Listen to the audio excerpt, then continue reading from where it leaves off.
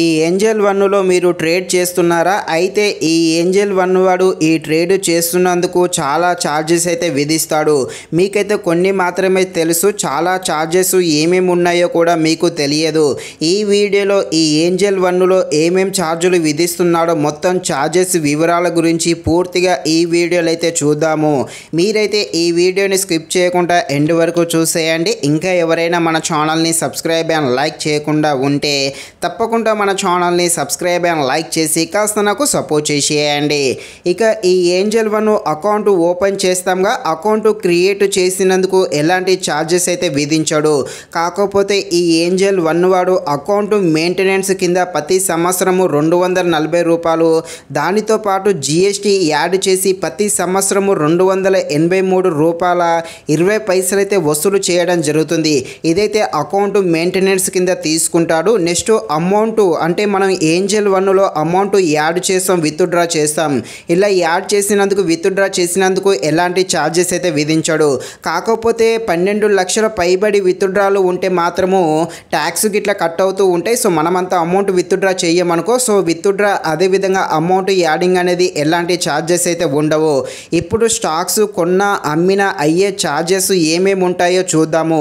మీరైతే ఇక్కడ నుండి ఈ వీడియోని స్కిప్ చేయవద్దు. ఫస్ట్ అయితే స్టాక్స్లో డెలివరీ ట్రేడింగ్ ద్వారా కొన్న అమ్మిన ఏమేం ఛార్జెస్ విధిస్తాడో పూర్తిగా ఇప్పుడైతే చూద్దాము.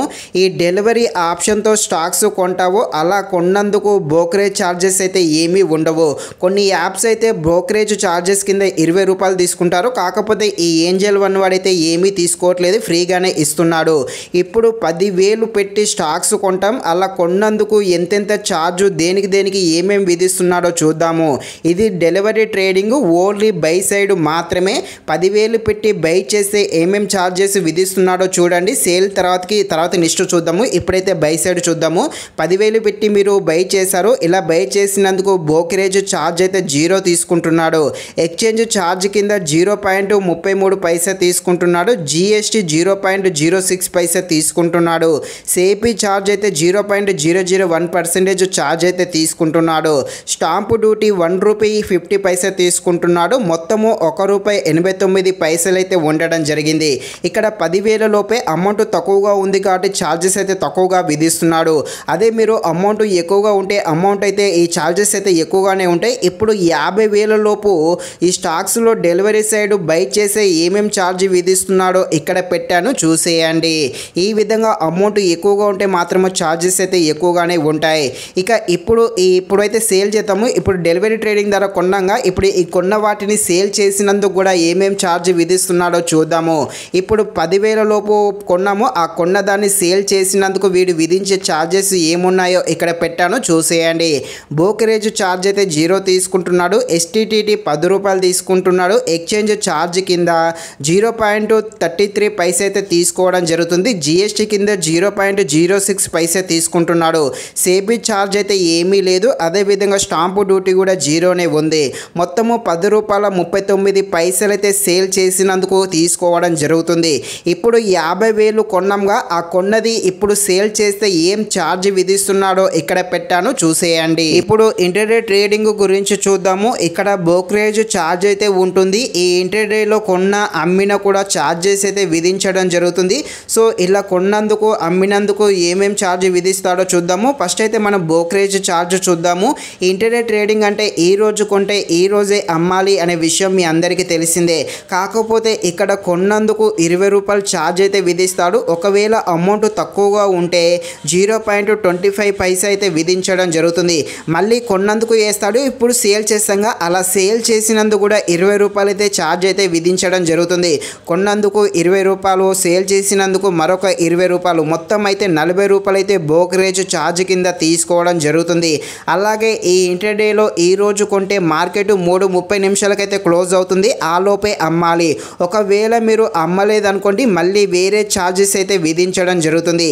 చాలామంది మార్కెట్ 3:30కి క్లోజ్ అవుతుందిగా, ఈ 3:30 లోపే అమ్మాలని అనుకుంటున్నారు. నిజానికి అలా కాదు. 3:15 నిమిషాల్లోపే ఈ ఇంటర్డే ట్రేడింగ్ చేస్తే మీరు 3:15కే సేల్ చేయాల్సి ఉంటుంది. ఒకవేళ మీరు 3:15కు సేల్ చేయకుంటే ఈ ఏంజెల్ వన్ వాడైతే ఛార్జ్ అయితే విధించడం జరుగుతుంది. ఎంత ఛార్జ్ విధిస్తాడంటే 60 రూపాయల నుండి 90 రూపాయల మధ్య ఛార్జ్ ఛార్జ్ అయితే విధించడం జరుగుతుంది. అమౌంట్ అనేది ఎక్కువగా ఉంటే 90 రూపాయలు ఛార్జ్ అయితే విధించడం జరుగుతుంది. అదే గ్రో యాప్ వాడైతే కేవలం 50 రూపాయలు మాత్రమే తీసుకుంటాడు. కానీ ఇక్కడ మాత్రం అమౌంట్ ఎక్కువగా తీసుకోవడం జరుగుతుంది. ఇక ఇప్పుడు 30,000 పెట్టి ఇంటర్డేలో బై చేస్తే అయ్యే ఛార్జెస్ ఏందో చూద్దాము. కేవలము ఈ ఇంటర్డే ట్రేడింగ్ 30,000 పెట్టి కేవలము బై సైడ్ మాత్రమే ఏమేమి ఛార్జెస్ ఉన్నాయో చూద్దాము. సేల్ సైడ్ ఏమేమి ఉన్నాయో తర్వాతకి చూద్దాము. ఇప్పుడైతే బై సైడ్ చూద్దాము. బై సైడ్కు ఏమేమి ఛార్జ్ విధిస్తున్నాడో ఇక్కడ పెట్టాను చూసేయండి. బ్రోకరేజ్ ఛార్జ్ కింద 20 రూపాయలు తీసుకుంటున్నాడు. ఎక్స్చేంజ్ ఛార్జ్ కింద 0.98 పైసా తీసుకుంటున్నాడు. జిఎస్టీ కింద 3 రూపాయల 60 పైసలు తీసుకుంటే సేబీ ఛార్జ్ కింద 0.003 పైసా తీసుకుంటున్నాడు. స్టాంపు డ్యూటీ అయితే 0.90 పైసా తీసుకుంటున్నాడు. ఎస్టీటీ కింద 0 తీసుకుంటున్నాడు. మొత్తము 25 రూపాయల 48 పైసలు అయితే తీసుకోవడం జరుగుతుంది. ఇది కేవలం బై సైడ్ మాత్రమే. అమౌంట్ అనేది ఎక్కువగా ఉంటే ఎక్కువగా ఛార్జెస్ అయితే విధించడం జరుగుతుంది. అదే ఇప్పుడు 5,000 పెట్టి ఇంటర్డే బై చేస్తే ఏమేమి ఛార్జ్ విధిస్తున్నాడో ఇక్కడ పెట్టాను చూసేయండి. ఇప్పుడు ఈ ఇంటర్డేలో సేల్ చేస్తే అయ్యే ఛార్జెస్ ఏందో చూద్దాము. ఇవరిదాకా 30,000 పెట్టి బై చేసాం కదా, అలా బై చేసింది అదే 30,000 లోపు సేల్ చేస్తే అయ్యే ఛార్జెస్ ఏంటో ఇక్కడ పెట్టాను చూసేయండి. బ్రోకరేజ్ ఛార్జ్ 20 రూపాయలు తీసుకుంటే ఎస్టీటీ 7 రూపాయల 50 పైసలు తీసుకుంటున్నాడు. ఎక్స్చేంజ్ కింద 0.98 పైసా తీసుకుంటే జిఎస్టీ కింద 3 రూపాయల 6 పైసలు తీసుకుంటున్నాడు. సేబీ ఛార్జ్ కింద 0.003 పైసా తీసుకుంటే స్టాంపు డ్యూటీ కింద 0.90 పైసా తీసుకుంటున్నాడు. మొత్తము 32 రూపాయల 98 పైసలు అయితే తీసుకోవడం జరుగుతుంది. అదే ఇప్పుడు 5,000 లోపు సేల్ చేస్తే అయ్యే ఛార్జెస్ ఏమేమి విధిస్తున్నాడో చూసేయండి. ఇప్పుడు ఇక్కడ ఇంటర్డే ట్రేడింగ్ చేస్తాగా ఇక్కడ బ్రోకరేజ్ ఛార్జ్ అనేది ఎక్కువగా ఉంటుంది. మొత్తం అయితే కొన్నందుకు అమ్మినందుకు 40 రూపాయల దాకా ఛార్జ్ అయితే విధించడం జరుగుతుంది. కాకపోతే ఇక్కడ ప్రతి దానికి కొన్న అమ్మిన ప్రతిసారి 40 రూపాయలు అయితే విధించడు. ఈరోజు నువ్వు 10 స్టాక్స్ కొన్నా 100 స్టాక్స్ కొన్నా ఒక్క స్టాకు కొని అమ్మినా కూడా అదే 40 రూపాయలు అయితే విధించడం జరుగుతుంది. ఇక ఈ విధంగా స్టాక్స్ అయితే అంటే ఈ విధంగా ఏంజల్ వన్ ఛార్జెస్ అయితే విధించడం జరుగుతుంది. ఇప్పుడు సిప్పు చేస్తారుగా, ఈ సిప్పు చేసినందుకు ఏమేం ఛార్జెస్ ఉంటాయో చూడండి. బేసిక్గా ఈ సిప్పు చేసినందుకు పెద్దగా ఛార్జెస్ అయితే ఏమీ ఉండవు. ఈ సిప్పు ఫండమెంటల్ మ్యూచువల్స్ ఫండ్స్ ఉంటాయిగా, వీటిలో అయితే 0 అయితే ఛార్జెస్ అయితే విధించడం జరుగుతుంది. కాకపోతే సిప్పులో స్టాక్స్ కొన్నందుకు అమ్మినందుకు కూడా ఛార్జెస్ అయితే విధిస్తాడు. కాకపోతే ఇవి చాలా తక్కువగా ఉంటుంది. ఇక్కడ పెట్టాను చూసేయండి. సో ఇది పెద్ద మ్యాటరే కాదు, ₹1 లోపు కూడా ఉండవు. ఇక నెక్స్ట్ వీడియోలో అయితే నిఫ్టీ 50 ఉంటుందిగా, ఆ నిఫ్టీ 50లో కొన్నందుకు అమ్మినందుకు ఏమేం ఛార్జ్ విధిస్తాడో నెక్స్ట్ వీడియోలో అయితే చూద్దాము.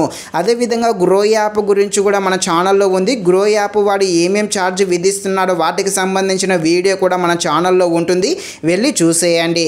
నెక్స్ట్ వీడియోలో అయితే నిఫ్టీ 50లో ఛార్జెస్ ఏమేమి ఉంటాయో క్లారిటీగా నెక్స్ట్ వీడియోలో చూద్దాము. ఇంకా ఎవరైనా మన ఛానల్ని సబ్స్క్రైబ్ చేయకుండా ఉంటే ప్లీజ్ తప్పకుండా మన ఛానల్ని సబ్స్క్రైబ్ అండ్ లైక్ చేసి కాస్త నాకు సపోర్ట్ చేసేయండి. Thank you watching this video. జై హింద్.